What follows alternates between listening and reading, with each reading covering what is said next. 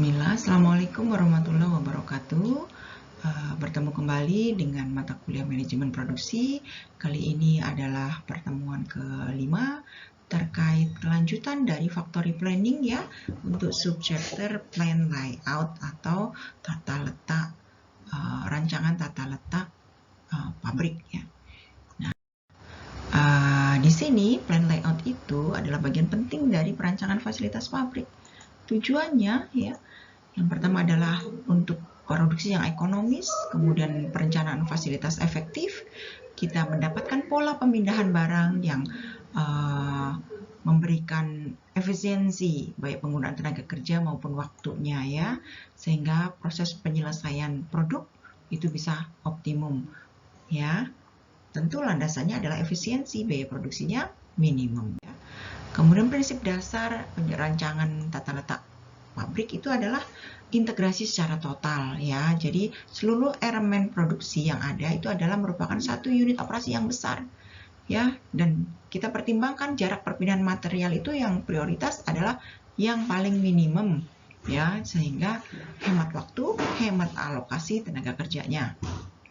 Kemudian kita juga menggunakan prinsip aliran proses kerja ya. Nanti akan kita ketahui jenis produk kita itu tipe proses kerjanya seperti apa ya. Kemudian prinsip pemanfaatan ruang. Penekanan manfaat ruang ini juga dengan pengaturan ruangan ya. Bagaimana manusia, tenaga kerja, bahan baku, mesin ya, dengan tetap memperhatikan prinsip dasar kesehatan dan keselamatan kerja ya. Kemudian flexibility ya, jadi membuat kerja itu efisien dan efektif dengan fleksibilitas pemindahan ruang, peralatan maupun termasuk fasilitas lain itu dengan mudahnya. Ya, kemudian juga kepuasan dan keselamatan kerja ya. Bagaimana tata letak peralatan, perlengkapan, fasilitas itu membuat kerja suasananya menyenangkan, aman dan memuaskan ya. Nah, tujuannya tentu untuk efisiensi biaya ya. Kemudian outputnya optimal sehingga mengurangi waktu tunggu, delay, atau mempermudah proses material handling, penghematan juga untuk areal produksi, gudang, services. Tipe plan layout berdasarkan desainnya ini kita kenal ada product layout, ada proses layout, ada cellular manufacturing layout, ada hybrid layout, fixed position. Jadi di sini kalau ini dikelompokkan produk layout, proses layout, sementara yang diantaranya adalah grup teknologi layout. Jadi berdasarkan teknologi, peralatan teknologi yang digunakan ya. Jadi semakin tinggi volume itu biasanya produksi massal, dia cenderung proses produksinya menggunakan plan layout tipe produk. Namun kalau yang di sini volumenya rendah ya, ini masuk ke tipe proses layout. Kita lihat tipe proses layout ya. Nah, ini biasanya dikelompokkan berdasarkan stasiun kerja dengan kelompok sesuai dengan tipe pelaksanaannya. Kita bisa karakteristiknya di sini ya.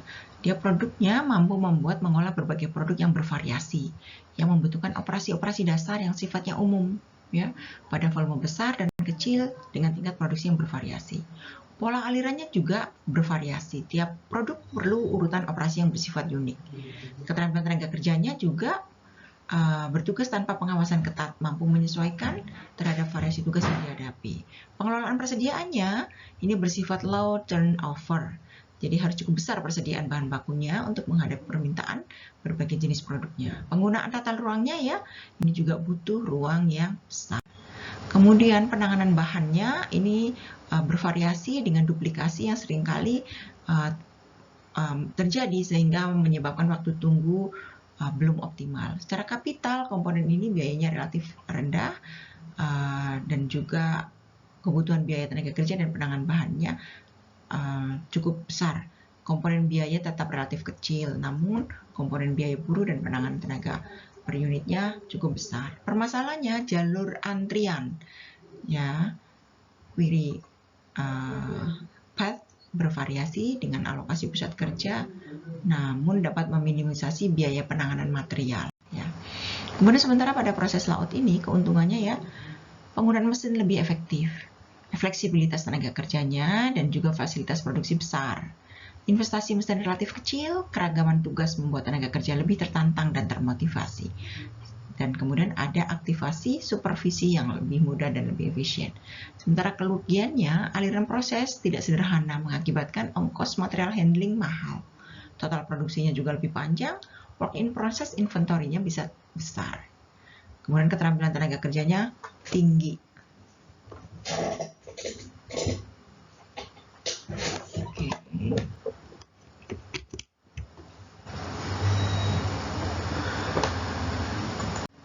Selanjutnya ini contoh USAP production line ya, ini yang sesuai urutan. Tadi berdasarkan proses, sekarang berdasarkan produk. Nah, itu ya. Jadi tipe yang kedua, ini misalnya kalau seperti pabrik roti. Dari bahan baku pertama masuk, terus sampai mungkin pengadonan, ya, pemberian topping, sampai open, kemudian sampai keluar di packing. Ini satu line berdasarkan penanganan produk. Ya, kalau tadi berdasarkan prosesnya, kalau sekarang berdasarkan produknya. Ya, jadi peralatan disusun menjadi suatu lini sesuai dengan urutan operasi. Jadi kalau urutan proses produksi, tahapannya kita namanya menggunakan plan layout yang tipe produk. Karakteristiknya seperti apa?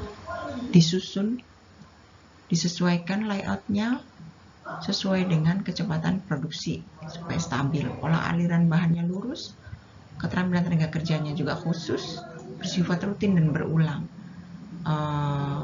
Inventory turnover-nya tinggi, penggunaan ruangnya bisa efisien, output produk per unit hours juga tinggi, penanganan bahanannya bisa diprediksi, sistematis, dan seringkali otomatisasi bisa dilakukan. Capital investment-nya relatif tinggi, ya. Nah, ini keuntungannya. Layout sesuai dengan urutan proses, pekerjaan dari proses secara langsung dikerjakan pada proses berikutnya, sehingga keterampilan operator tidak perlu tinggi. Kemudian, namun di sini membuat perlunya perubahan desain produk, membutuhkan re-layout, bisa saja biaya tinggi ya. Kemudian kalau kerusakan mesin menyebabkan terjadi kerusakan mesin di salah satu titik bisa menyebabkan proses berhenti. Nah, ada tata letak yang sifatnya kelompok. Ini berdasarkan komponen yang tidak sama dikelompokkan dalam suatu kelompok berdasarkan bentuk komponennya, ya. Ini misalnya di sini bentuk alatnya dikelompokkan, jadi bukan berdasarkan proses atau produknya. Ini keuntungannya mengurangi pemborosan, mengurangi waktu setup karena tipe mesinnya relatif sama. Namun utilitas mesin rendah, memungkinkan terjadi duplikasi mesin hingga biaya tinggi. Nah, itu salah satu kerugiannya. Nah, sementara tipe tata letak yang fix tetap ini tidak memungkinkan untuk dipindah-pindah karena peralatannya itu berat. Ya, biasanya ukurannya lot kecil, mesin digunakan umum, ya. Biaya pemindahan item produk tinggi. Oke, konsep dasar tata letak ini kita ingatkan kembali adalah efisiensi. Kita perlu concern terhadap biaya konstruksi dan instalasi, biaya pindahan bahan, biaya produksi, pemeliharaan, dan juga keselamatan kerja, juga biaya penyimpanan produk setengah jadi. Nah, kenapa perlu dilakukan layout? Ini berdasarkan evaluasi yang dilakukan, karena bisa saja terjadi perubahan rancangan produk baru, kemudian ada perluasan departemen, pemindahan departemen, dan juga ada perubahan metode produksi, hingga kebijakan untuk penurunan biaya. Ya. Nah, biasanya indikator yang dievaluasi adalah bangunan, masih sesuai dengan kebutuhan, atau perubahan produknya, atau proses yang memerlukan perubahan layout, atau ada keterlambatan dan pemborosan waktu, hingga sulit melakukan pengendalian persediaan. Kondisi crowded ketidakberaturan itu juga menjadi landasan perlunya re-layout, ditata kembali. Nah, yang baik, tata letak yang baik itu memastikan keterkaitan kegiatan dan pola aliran barang yang terencana, aliran dan gang yang lurus, langkah balik atau backtrackingnya juga minimum, jarak pemindahannya minimum, pemindahan antar operasi minimum, dan tata letak disesuaikan dengan perubahan yang direncanakan untuk perluasan rencana. Nah, selanjutnya kita kenalkan kembali, refresh kembali bahwa fabrikasi itu adalah sistem manufaktur, ya. Biasanya ini merupakan kegiatan perancangan, operasi, dan pengendalian proses manufakturnya. Manufaktur sendiri itu adalah perusahaan fabrikasi ya, menghasilkan produk-produk dengan penggunaan fasilitas produksi. Nah, biasanya berdasarkan tipe produksinya, ini ada perusahaan manufaktur yang make to stock. Jadi sengaja memproduksi dengan membuat stok-stok. Ada assembly to order, jadi dia hanya berproduksi berdasarkan pesanan, atau make to order, dia cari pesanan dulu, baru produksi. Engineering to order, jadi kita set kalau ada permintaan dulu. Nah, ini biasanya tipe supplier pemasoknya, dan ini pelanggannya juga. Kemudian kalau berdasarkan selanjutnya, ini ada perbedaan antara sistem produksi make to order, repetitif, dan dengan kondisi yang flow shop dan make to stock flow. Jadi kalau kita make to stock ya, itu dengan yang flow shop itu akan berbeda ya, sambil dicerna ya. Nah, kalau yang berdasarkan volume produksinya, ada yang tipe produksi massal, ada berdasarkan batch, dan juga ada yang job shop. Yang massal kita bisa lihat di sini biasanya laju dan tingkat produksi pada produksi massal umumnya tinggi, permintaannya juga tinggi, peralatannya bersifat punya fungsi khusus sehingga kalian tenaga kerja tidak terlalu tinggi. Kemudian kalau yang produk batch, biasanya ukurannya lots, medium, tujuannya untuk memenuhi kebutuhan konsumen ya. Produsen memproduksi sesuai dengan permintaan konsumen ya. Kemudian peralatan umumnya punya fungsi umum tetapi dirancang untuk produksi yang tingkat tinggi ya. Kemudian ada produksi job shop ya. Di sini kalau tingkat produksinya rendah, peralatan fungsi umum, peralatannya umum, keahlian yang diperlukan tenaga kerja tinggi, dan biasanya juga berdasarkan pesanan. Kalau berdasarkan ahli dan produksinya, ini tadi ya, ada fixed site, job shop, dan shop. Ya, ini termasuk plan layout yang tadi diuraikan di awal ya.